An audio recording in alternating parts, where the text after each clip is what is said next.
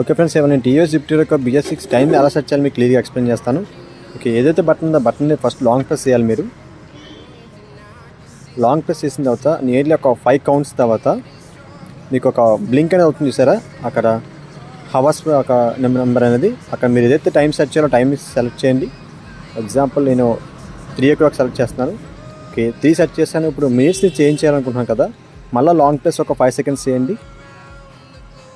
చూసారా, అప్పుడు ఒక మినిట్స్ యొక్క నెంబర్ అనేది బ్లింక్ అవుతుంది. ఇప్పుడు నేను 3:30 సెట్ చేద్దాం అనుకున్నాను ఒక టైంని. సో మళ్ళీ నేను 30 వచ్చేదాకా నేను కంటిన్యూస్గా ప్రెస్ చేయాలి.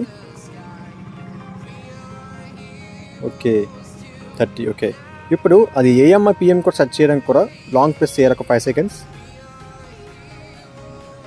చేసిన తర్వాత చూసారు అక్కడ AM కూడా PM కూడా బ్లింక్ అవుతుంది. మీకు AM అయితే AM సెట్ చేయండి, PM అయితే PM సెట్ చేసింది. చూసారా, నేను క్లిక్ చేసిన AM మారింది.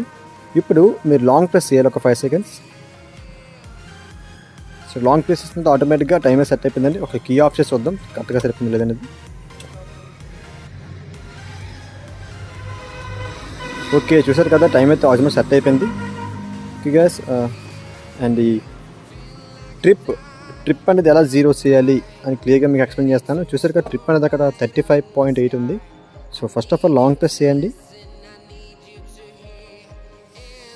లాంగ్ ప్రెస్ చేసి చూసారా, లాంగ్ ప్రెస్ ఒక 8 seconds చేసిన తర్వాత మీకు ఆటోమేటిక్ ట్రిప్ జీరో అవుతుంది.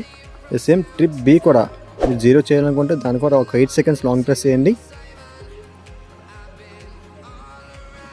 ఓకే, చూసారు కదా, ఇది కూడా జీరో అయిపోయింది.